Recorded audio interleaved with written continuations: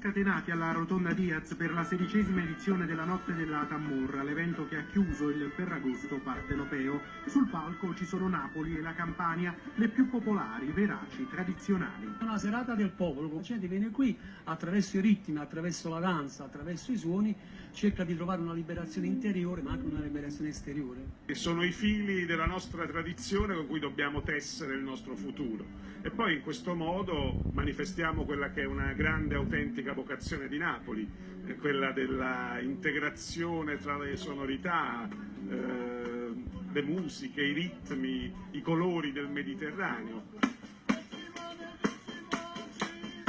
La musica ad estrazione orale si mescola al folk d'autore, i canti e le danze rapiscono e gli strumenti profumano d'antico, le chitarre battenti, il putipù, le ciaramelle, le tricche ballacche, le nacchere.